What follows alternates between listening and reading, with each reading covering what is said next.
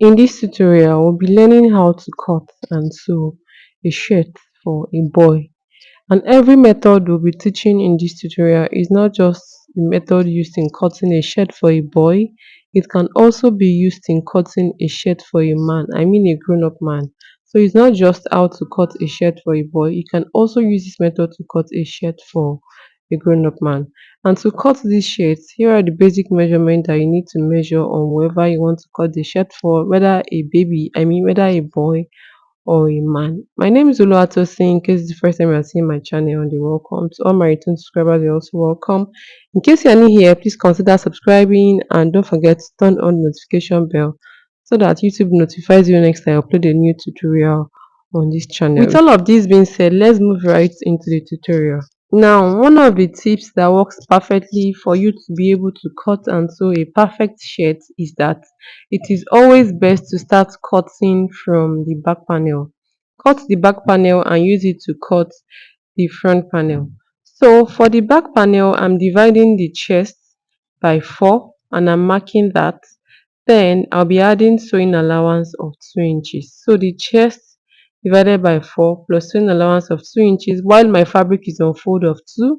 This helps me to know the exact quantity of fabric I'll be folding. The next is to move to the length. Depending on how wide you want to fold the down of your shirt. In my case, I want it to be just 2 inches wide. So I'm adding 2.5 inches to the full length of the shirt because I'll be using half inch to join it on the shoulder line.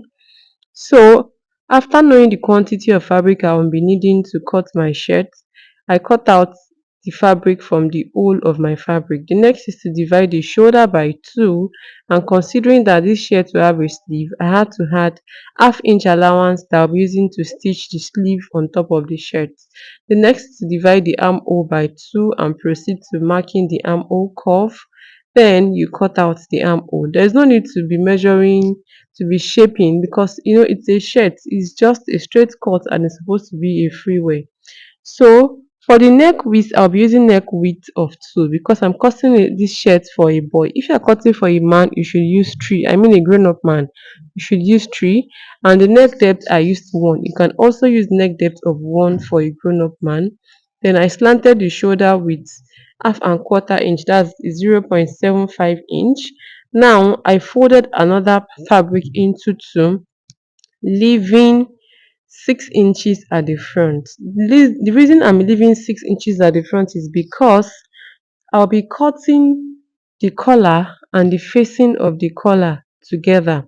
It will not be cut separately. I just uploaded a tutorial previously before this one where I cut the facing for my collar separately, then I cut my collar separately. But in the case of this particular tutorial, I'm going to be cutting the facing and the collar together. If you want to see that previous tutorial, just click on the link that is currently showing up on your screen or check the description box below for the link to it. So my collar will actually be 3 inches wide, but because I'm cutting the facing together with it, that's why I'm making it 6 inches. Now that I'm done cutting the front panel, I had to rearrange it. I folded the 3 inches inside, that's the facing. I folded it inside and I cut this exact armhole for the front just as the back, and I slanted the shoulder with the same 0.75 inch. If at this point you are still with me and you've not subscribed, please consider subscribing and turn on the notification bell. The next is to mark out the neckline for the front panel. So I'm still using neck width of 2 and neck depth of 2.5. It's looking wide because the neck will be extended into the collar. That's why it's looking wide. Then I proceeded to cutting out the neckline. What I will do next is to start sewing, but before then I have to rearrange my piece. So to rearrange my piece, I'll make sure that facing of the collar that I'm facing back, I'm facing it in a way that right side is facing right side, right side is facing right side. Fold it in the way that the right side of that collar is facing the right side of the facing for the collar. I hope my explanation is clear. So when you get to your sewing machine, the first thing to do is to join the shoulder. If you join the two shoulder line, right side of the front facing the right side of the back for both shoulder line. Then I joined for one side and I joined for the other side as well. When you are done doing this, the next is to cut the back collar because you have to join the shoulder line first before cutting the collar in this case. So to cut that back collar, you're going to fold the facing like this and notch that upper part. The reason you're notching it is so that you can know the exact place that you fold inside when you're ready to turn. So do this to both sides. You have to notch both sides.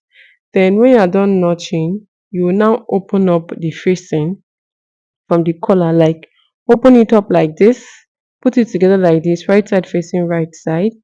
Then you will measure the back collar starting from where this front collar stops to the center back, then back to the other side where the collar stops on the other side. You will measure. You know your neckline is on fold of two while you are measuring. So you measure it together like that. And whatever you measure, you multiply it by two because like I said, your neckline is on fold of two while you are measuring. Please, if at this point you are still with me and you've not subscribed, don't forget to subscribe and turn on the notification bell so that YouTube notifies you when next time I upload a new tutorial on this channel. Because on this channel, I upload sewing tutorials on daily basis. So you can see me putting together the neck, right side facing right side, and then I measured to the center back. After measuring to the center back, what I measured there, I'm multiplying it by two because like I said, my fabric is on fold of two. My neckline is on fold of two while I was measuring. So that's it for the length of the back collar. For the width, I used 3 inches. I want it as wide as 3 inches. You know, you have to fold it back. You know, back collar, you are folding it back. So eventually it will end up being like 1.5 inch when you folded it back. But when it's not folded, I want it to be 3 inches wide. So altogether, I cut 3.5 inches wide as it is on fold of two now. I'll be using half inch to join into the neckline, and the length is that length I measured inside the neckline plus 1 inch. The extra 1 inch is for turning on both sides. I'll be using half inch to turn it to the left and half inch to turn it to the right. That was why I added that 1 inch. So you have to make sure that your collar right side is facing right side and you use a half inch to turn it on both sides. After turning, notch that pointy edge so that it can come out very well. If there's a need to trim, please go ahead to trim and flip your collar to the right side. Give it a very good press when you're done flipping. Then you fold it into two like this and give it a notch. The middle, notch the middle. Then you pick up your shirt, notch the middle, I mean center back of the neckline. The right side of your collar will be facing the right side of your shirt. If at this point there's any part that you want to be the up and the down, is at this point that you figure it out. Then any side that you want to be the down will face down. Anyone you want to be the up will face up. You know they are both right sides because your fabric is on fold. So you will stitch your collar into your neckline and start from the middle, and at the same time once you've pinned the two notches at the middle together, you can go and start from the edge. So when you are done fixing your collar on the neckline, the next to do is to turn the other collar that is at the front, the notched collar at the front. Don't forget that the right side has to face right side, and this notch collar will be long enough to cover up the previous collar you fixed on the neckline. It will climb it, like it will cover it up with like 1 or 1.5 inch. It should be that long. So you turn on both sides. When you're done turning, flip to the right side, notch the pointy edge so that it can come out well. Fix to the right side like this and give it a very good press. At the same time, you can use hemming gum to gum it down on your shirt so that it's not just flying everywhere. When you're done doing this, the next is to fix your sleeve into your shirt. Then you shape your shirt with 1 inch or just half inch. Then you fold it down with the additional allowance you've added to the length. Then you fix your button. Thank you so much for watching, and I will see you in my next tutorial.